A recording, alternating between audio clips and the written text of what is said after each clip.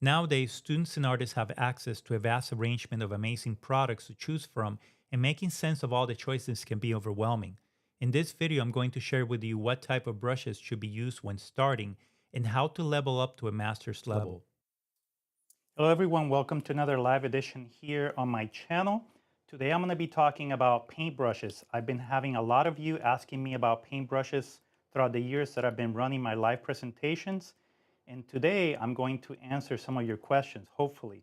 So I want to begin by using some of the information that I've gathered through the past years on what it is that old masters were the old masters were using when working with their paintings. I'm also going to address modern materials. This is important for those students that are just beginning, are coming by the channel and just learning about, paintbrushes. This is a wonderful way to just kind of get started in learning some basic information. So the most important thing about paintbrushes when you're beginning to learn how to paint is determining the type of different paintbrushes available on the market. And I want to address this. This is important because a lot of students will ask me, for example, in my demos, why am I using a watercolor brush for oil painting? And the reason is because the hair, you could also use the long handle. Okay, in this case, these are two different brushes. One has a long handle and one has a short handle. But the hair is different, and this makes a fundamental difference. One is considered a watercolor brush, and it has smooth, soft hair. This is squirrel hair, and the other is bristle hair. These are different, it will yield different results when you're painting. For detail, I prefer to use the squirrel hair, and for masking in a painting, I will use this bristle hair, which is wonderful. Now, when you're dressing uh, commercial materials, it's important to understand that obviously the commerce is using various synthetic materials to obviously reduce the cost. So they will have two available hairs. One is bristle and the other one is synthetic. I don't really like the synthetic brushes because they tend to be very mechanical. The brush work is very, very soft and it doesn't leave much texture. So when you're using, for example, this brush, this is a filbert, it yields a very soft, very, very mechanical brush stroke. And I don't really like that, but if you're interested in that, you could use these brushes. You could also use for example, here I'm going to show you, let me just compare here the squirrel hair, for example, side by side. And here you could just see that it has a very, very beautiful, soft stroke, but it has an organic feel to it. And side by side, they don't really look very different, but the natural hair versus the synthetic will actually, it's up to you, but I really prefer the natural hair versus the synthetic. Now, this is considered a round, and this is a filbert. So let's talk about the different shapes. This is important. So when you go to the art store, you'll see that they will have filberts. This is a filbert. A filbert is a brush that is both flat and it comes to a point at the end. So it's a hybrid brush that is both round and flat. And you could use that to, for example, create linear elements with the side of the brush. And if you turn the brush on the side, you get this beautiful flat strokes. That's a gorgeous brush. That's one of my favorites, the filbert. Now, there's other brushes available. For example, a flat brush. Okay, they have the flat and also the bright. The bright would be a brush that is short and is meant for dabbing paint and for sort of creating textures. But the flat brush is quite a nice brush, and you could use it to create planal structures. For example, if you're working with dark passages, lay in of an underpainting or something like that, you could thin down the paint and create some of these washes, beautiful washes that are going to create textures, but also at the same time give you these flat, sort of flat, planal, broad areas of tone. That's a wonderful brush to use. You'll see a lot of artists here on YouTube using these amazing brushes to lay in flat areas both in the underpainting and also when laying flat tones. This is a really nice brush.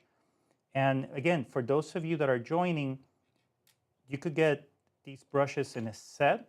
And in the description below, you'll see that I've shared the kit that I got. It's a small brush set from Princeton.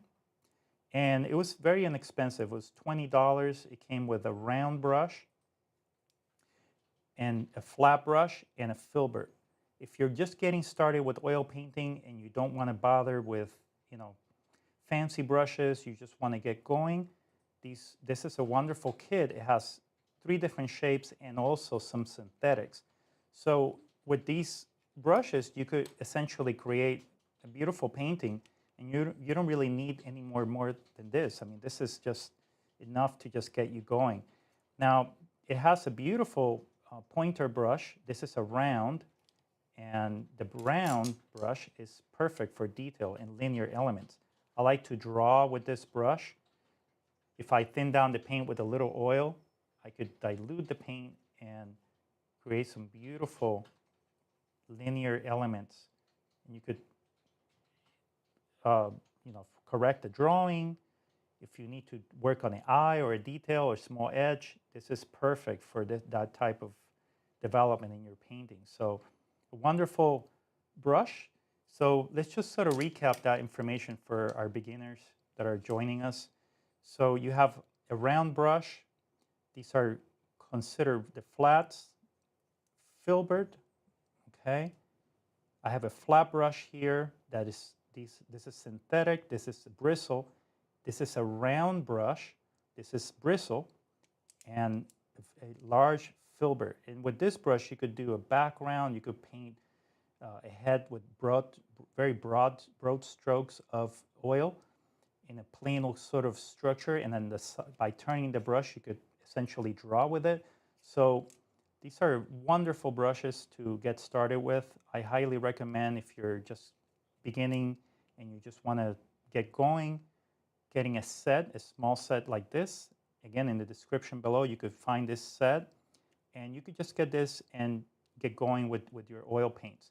Now, for my more experienced audience that is joining, I've been asked a lot about my handmade brushes, and today I'm going to address some of these issues with especially the handmade brushes, such as this one.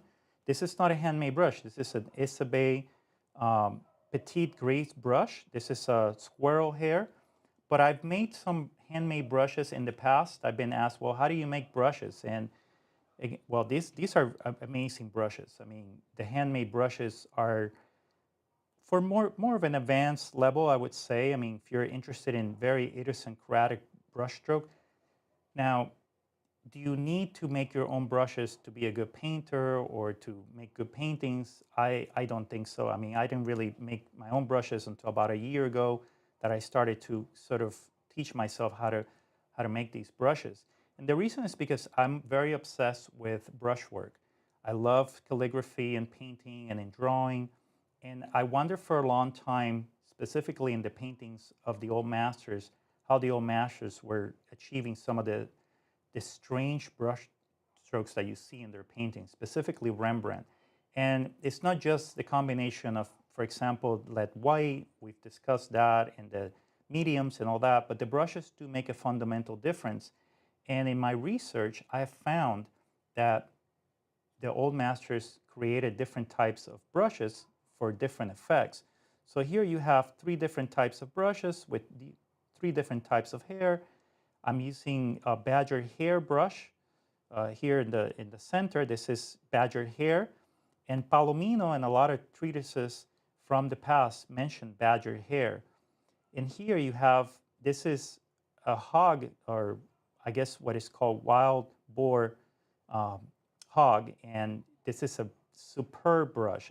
Now I discovered this by just researching some of the treatises on brushes, and there's descriptions by Palomino to make wild boar brushes to lay in the painting.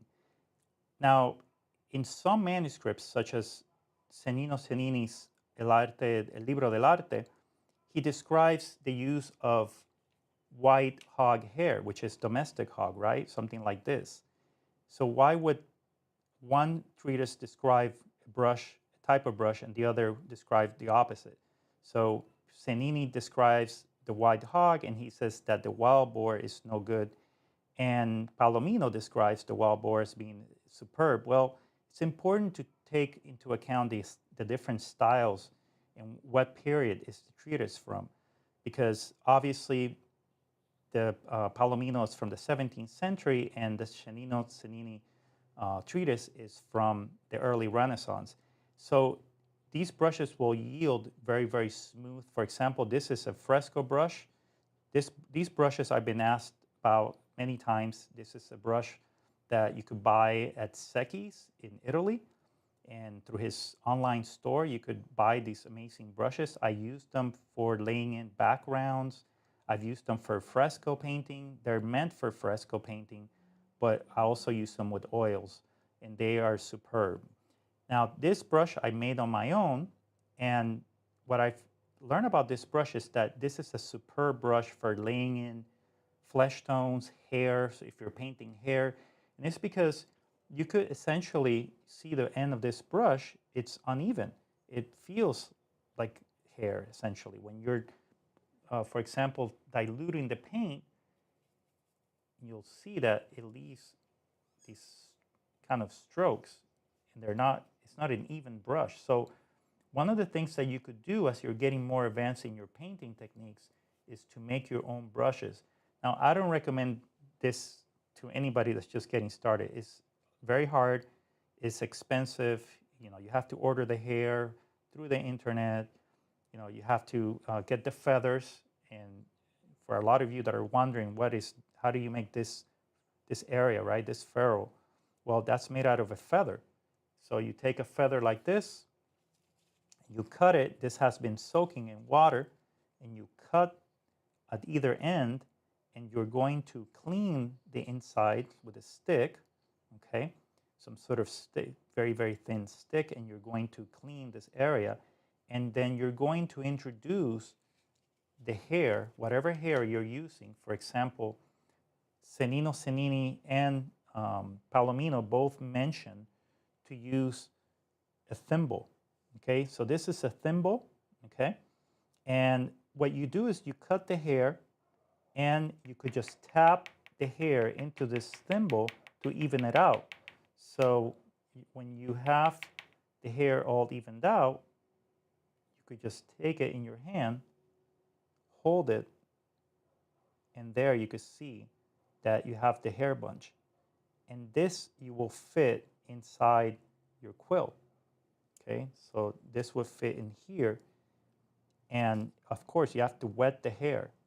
Both Palomino and Cennini mentioned to wet the hair. So when you wet this hair, so I'm going to go ahead and wet this hair, okay? It comes together, and you're able to shape it and keep it together.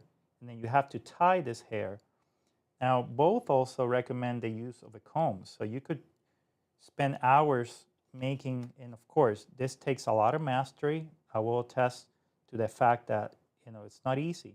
So you take this hair and you could comb it and try to get a really nice shape. Now, one thing that is very difficult is to get a point. And you'll see specifically Asian masters get a beautiful point with with the bristle, and they'll spend hours, you know, choosing the hairs, and this really makes a big difference. But when you're just trying to make brushes that are very organic and that will yield some beautiful results, for example, landscape painting, to make trees, you don't really need the point. If you're going to make a very fine brush, I'm going to show you a brush that I made, and it has a beautiful point. This brush is superb. I can make some beautiful details with this, okay? I'm going to thin down the paint, and this is the commercial, and this is the handmade brush, okay? So you're able to make some beautiful, beautiful strokes with this brush, and this is a handmade brush, but it's not bristle hair. This is black squirrel hair that I got on the internet, and it's the same structure that I've used for the bristle, but the hair comes to a point. It's just the natural way that the hair behaves. So if you're using the right hair, you can make some beautiful, beautiful strokes. And that's a handmade brush that competes with a commercial brush. So let me go ahead and put this away over here. So side by side, this is my commercial brush, and that's my handmade brush. So you probably wondering, well, is the commercial brush superior? Well, you can see that it's essentially the same.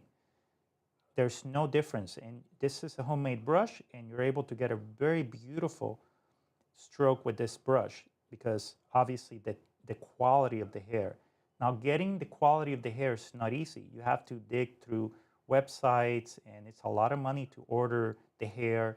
And sometimes you end up paying 30, 40, $50 for hair for your brushes, whereas a brush like this will cost you probably $5. But you do have strokes that are beautiful in organic qualities with these brushes that really do make it worth your while to invest in learning how to make them if you have the time and if you're obviously an experienced painter and you want to make brushes that respond to your style, your painting style. Now you could get fancy with them. I mean, you can see here that I've made a brush that is meant for example, I had a commission where I was painting fur, and I needed to make a brush that allowed me to paint fur to imitate the strokes of fur. So I made a homemade brush that allowed me to do that. And this is important. If you could do that with any type of hair. I mean, depending on for example, the squirrel hair comes to a very beautiful point. Also, the sable brushes are outstanding. Much more difficult to find the sable hair on the internet. The squirrel hair is easier, but on different websites on the internet, you could find these various types of hairs, and you could essentially, well, buy the hair and construct your own brush. Now, in terms of the handle, you could just use a dowel. This is a piece of wood that I got at Home Depot, and I just take a dowel like this, and little by little, I'll shape it with a knife or with a blade, and then it goes thinner at the top and then thinner at the bottom. And you could wax the wood or you could varnish it, whatever you like. And there you have brushes that will respond to your own particular style. And obviously, they're not the product of commerce, such as these brushes. But if you ask me, is there any advantage to buying a brush versus making your own? I will say, look, if you have the time and you want to explore the making your own brushes, that's wonderful. That's that's an added skill that you could add to your already expanding skills in painting, but it's not necessary. I mean, I use these brushes to sort of investigate how the old masters or master painters were creating their styles. Now, something that I'm interested in, for example, is the average size of the brushes. So, for example, this is a number 6, and that's about the right size of an average feather width. Okay, this is a homemade brush, badger hair, and you can see that it's about the same size. Now, the old masters had larger brushes, but they were constructed completely different. For example, the hair is bunched together and then it's glued to the top, and then it's wrapped perhaps in fabric and with thread, wax thread, or just thread. Okay, this is a different style of brush. This is good for applying an imprimatura to get an even tone, or for gessoing a panel, or applying a big broad area of tone. So this is constructed very differently than obviously these smaller brushes that are made with a quill. So for a lot of you, I mean, here you can see the difference as well.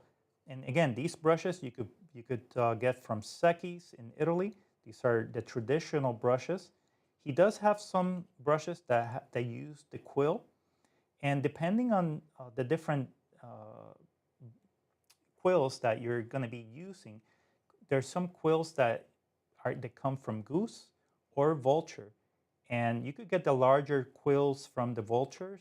Obviously, that's very, very expensive, and I don't recommend it. So in recent times, what the industry has done is that they use plastic, and this is sort of like a plastic dowel, or very soft. I mean, at Home Depot they have these for, it feels like hospital um, tubing that they use for machines or something. And you could get this at Home Depot and cut it and then insert the hair there and then attach the brush, the this hair part to the handle. So that's a way to, you could, you know, use different modern materials and still make a really nice brush. And of course, they're using wire to attach it. Now, these brushes are stamped. What does that mean? The hair is glued together and it's inserted there, and then this is stamped, and you can see that, well, essentially this is hollow in here, and it's attached to the wood via a machine that will stamp it together, and it's glued on here. And it's a very simple construction because obviously the brush makers are having to produce a lot of brushes per day. So this takes probably a lot more time to make, but again, both of them are very, very beautiful brushes. You don't need the handmade brushes, but if you wanted to, you could explore that. So also another trick that I've used is to use these, I think these are couplings. I'm not sure if that's the right word in English, but they're these brass insets that you could get at Home Depot as well. And you could fit the hair on there in order for you to shape the brush. So you could bring the hair in here like this, okay? And this will help you get the brush very even. Now, I've wet the brush, so it's much more difficult to do that. So you need to do that prior to wetting it. So that's not going to work if the brush is wet, the hair is wet. So this is probably one of the biggest questions that I've had a lot of you writing in the chats, in a lot of my chats in both in Instagram and on YouTube, on how to make brushes.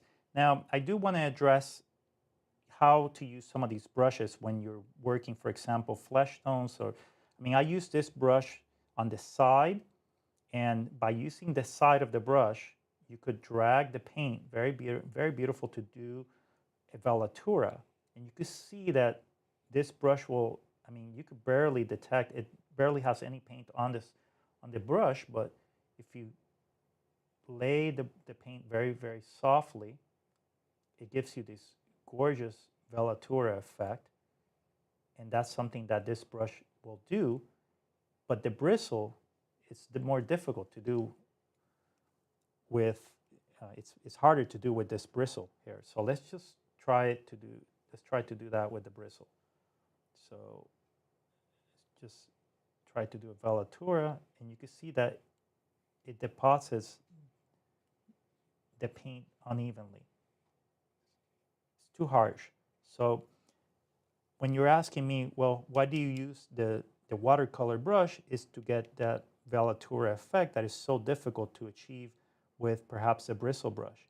So the softness of the hair of the squirrel hair brush will allow me to do that.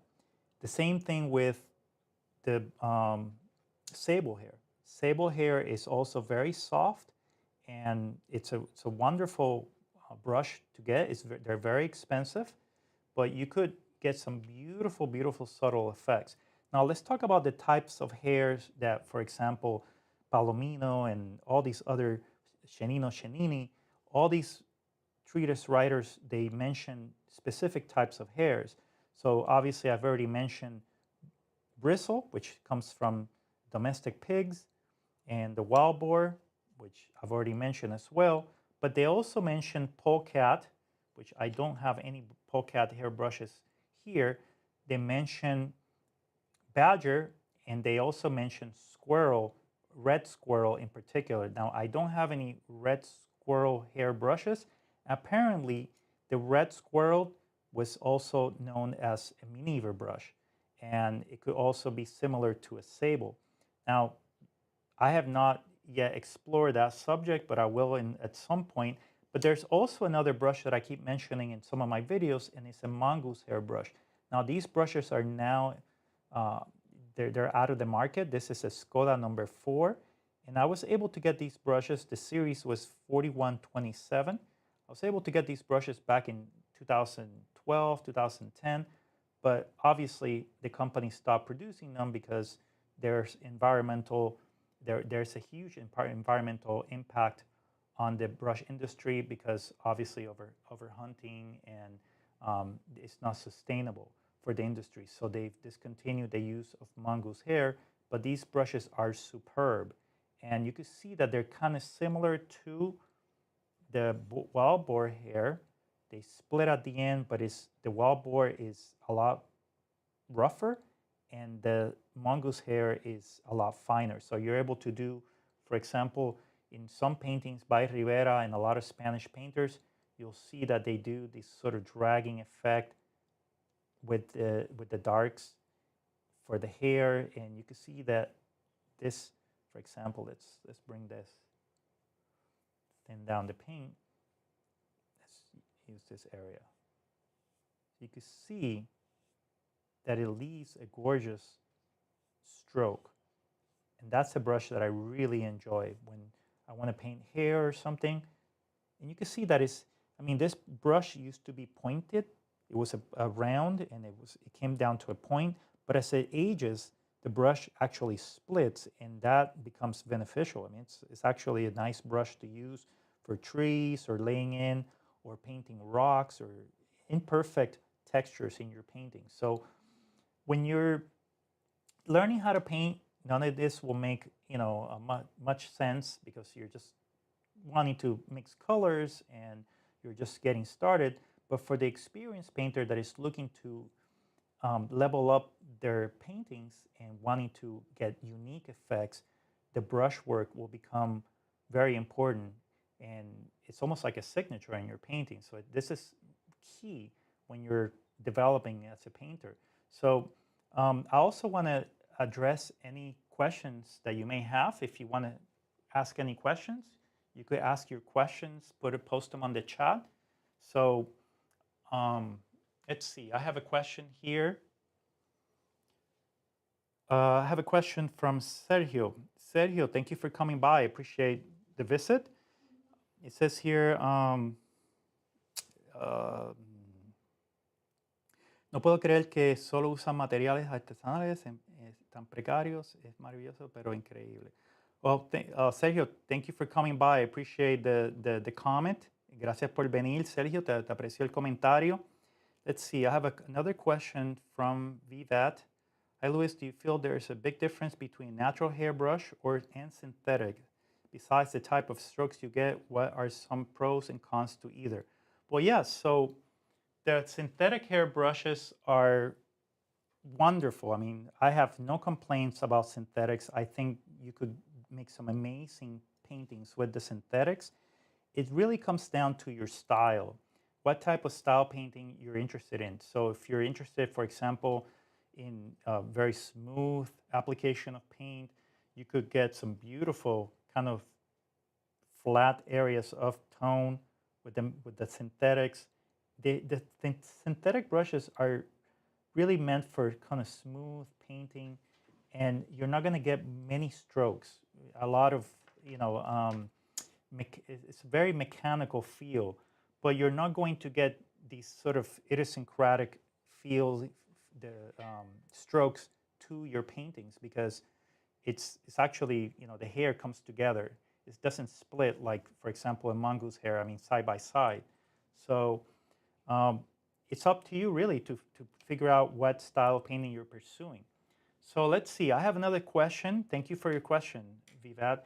Okay, so Jeff, thank you for coming by, Jeff. Let's see. if my lead white comes very oily right on the tube, using calcium carbonate will help. Yes, you could use calcium carbonate to cut the paint, to make it more stiff. You could also blot the paint. You could take your lead white and put it on some um, craft paper. So the craft paper is the brown paper that they use. In Home Depot, they have a huge roll.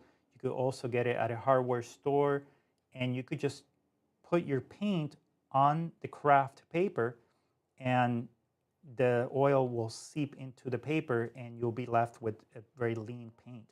So you could also pre-mix it with a palette knife and then put it on the blot it on the paper, on the craft paper. So this is a great strategy. Sometimes if I'm making paint, handmade paint, and I've added too much oil, although as a general rule, I use a digital scale to measure the proportion of oil to pigment. But sometimes if you leave the tube sitting for too long, you'll get separation, and then that's a way to blot out the paint. You could also add calcium carbonate. That's another trick. So let's see if I have another question here. Again, thank you for coming by. I really appreciate the visit.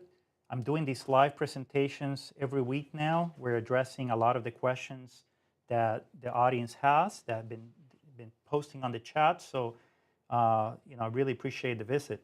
So, Damien, thank you for coming by. Damien's a longtime student of mine, very talented, and we've actually developed a lot of these techniques together in one of our classes. So it says here, I learned that maneuver is from the tummy of the squirrel. Well, thank you for that wonderful fact, Damien. That's great, great research there. Yeah, so that's important to understand, because the hair from the various, I mean, if you're talking about the very different areas of the pelt, the hair has different purposes, obviously, and the top hair of any pelt will be very, very rough, whereas the under hair will be much softer. So when you're wanting to explore materials, it's important to have all those details. I mean, if you're interested in this, I mean, if you just want to get painting, and I don't care about any of these materials, I just want to get painting. Well, you could just buy a brush, and that's okay. I mean, you could get these amazing brushes on the market. The old masters didn't have the luxury of just going over to whatever art store and buying an amazing brush for, $4, $5, I don't know, $3, whatever, however much these brushes are. They would have to obviously make them on their own, but there were craftsmen that would make these brushes. So it's important to understand your materials. And I've had a lot of you ask me, well, why do you spend so much time exploring these old materials? Well, the understanding that you acquire from comparing a commercial brush with a handmade brush is priceless. I mean, you have an understanding that, I mean, when you see a Rembrandt painting and you see this strange brushwork, you have to understand that there's a material that allow him to do that. So, and obviously his talent, but he's using a tool to do that. Let's see, I have some other questions here. It says here, can I ask you how you clean your, what you clean your brush with? Excellent question. Yes, I need to address that. Important to understand how to clean the brushes. So I use linseed oil. I've had a lot of you asking me this question for years. Even students that are in my courses, they ask me, how do I clean the brush to preserve the brush? Well, the first line of business here is to not use solvent. I am a big I am a big proponent of not using solvent. I am against solvents. Why? Well, they're toxic. So linseed oil that has been washed, or linseed oil, organic linseed oil, is not toxic. So you could just take your brush, for example, here's my brush, and this is something that you could do as you're painting. So you take your brush and you're going to clean the brush in linseed oil, okay? And then on the edge of the glass jar or cup, you're going to clean the excess, and you're going to repeat the operation. This is just refined linseed oil. Okay, you could get any refined linseed oil from the store. Okay, as you're painting, now a lot of you have asked me, they're like, well, that's a horrible method. You're introducing all this oil into your painting. Well, yeah, if you don't clean the oil, excess oil, but if you take a rag, now you're going to use a rag to clean the excess oil and squeeze the oil out. Now your brush is clean. Now as you're painting, you could do this for hours and hours and hours, and your brush will not be ruined by the solvent. If you use solvent, just think of it like this: when you use solvent by using solvent to wash your own hair, no, you wouldn't do that. So this hair, these are very fine hairs that you're using here. So you need to preserve them with oil. So, okay, you're done with your painting session. Now, how do you clean the brush and you preserve it? So you're going to take the excess paint, repeat the operation with the linseed oil. Okay, so I'm going to come over here, clean the excess paint, and make sure that there's no oil, no paint coming out of the brush. Okay. Now you're going to clean all the excess oil, once again, the linseed oil, and now you're going to clean the brush with shampoo. Any type of cheap shampoo that will have a nice, that it's pretty strong. There's some shampoos that are too gentle.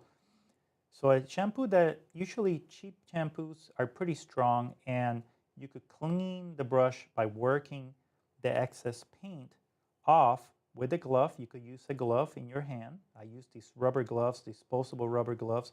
You could clean the excess oil and paint off the brush in any utility sink. Do not do this in your bathroom sink or kitchen sink, because if you're using lead paint or toxic paint, it will go down the drain. So, and obviously all over your sink, and you could get sick. So use a utility sink, and then you're going to use the shampoo, and then when you're done, here's the trick, and hear me out, you're going to use olive oil.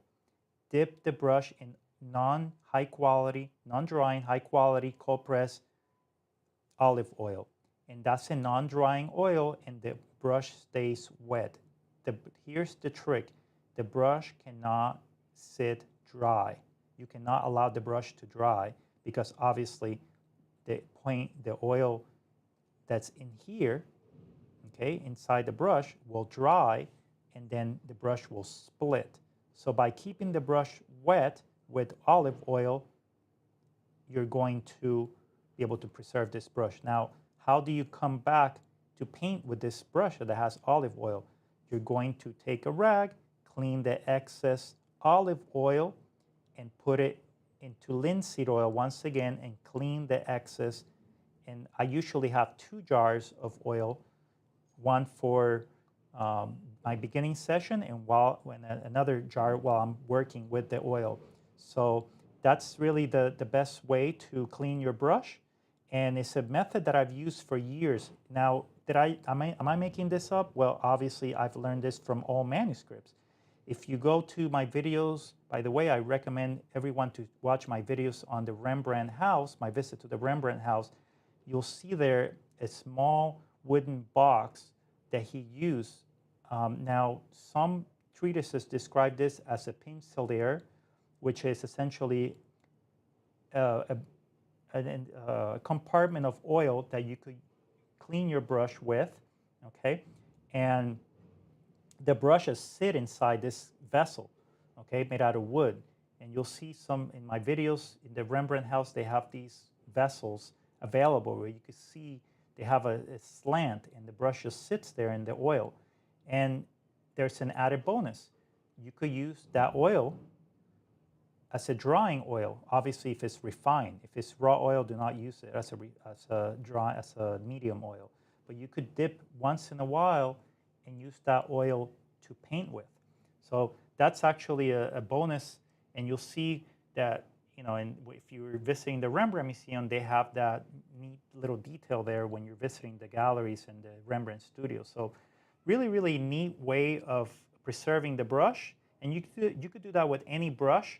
Now, for my bristle brushes that do not have a point, I don't use I don't dip them into the olive oil because they don't really need a point. But for my very beautiful pointed brushes, I keep them always wet with olive oil. You could also use butter. If you take butter in your hand, you could essentially apply the butter with your fingers and shape the brush and leave the brush indefinitely with or wet indefinitely with the butter. So when you're ready to paint, you could use linseed oil once again for the clean it with linseed oil, and then you're ready to paint again. So that's the way to clean the brushes. So yeah, so a lot of great questions. Let's see if we have another question here. I think that we're pretty much set. So let's see. So I have another question here, and you're gonna have to excuse me because I have some noise in the background here. Yeah. So no more questions, or I think we have one more question. Let's see. Um, from Sebastian Bustos. Love the rough brushes and using the finger to smooth. How long would you think a natural brush can last if used constantly? That's an excellent question. So I have this brush that I've showed you before. This brush here, I purchased around 2009. And you can see that it's kind of worn out. And I'm very careful with it because obviously you cannot buy them anymore. But I've had brushes that have lasted me 12, 13, 14 years max.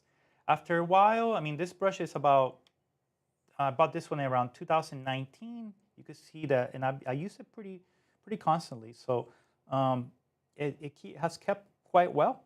And using that strategy, that method that I showed you, that I just talked about with cleaning with linseed oil and then olive oil.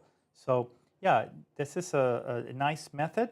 So it's up to you. I mean, you could use solvent. I don't like solvents. I think the solvents will destroy the brush very early on. And my strategy is to keep the brush wet all the time with some sort of oil. So yeah, you could use that method. So again, I want to thank you all for coming by. This was a live presentation, and I do apologize for all the noise in the background. It's always difficult to make these live presentations flawless, but we do try. Again, if you haven't subscribed to my channel, I would invite you to subscribe. I'm also offering some courses online. So if you're interested in checking out some of my courses, you could visit my page, atelierschoolonline.com. You could find out some of the courses that I have available coming up. I have in-person courses. I also have my Udemy server that has a vast array of courses dedicated to the old masters. And again, I want to thank you for all your support and your visit. Have a good one. Take care.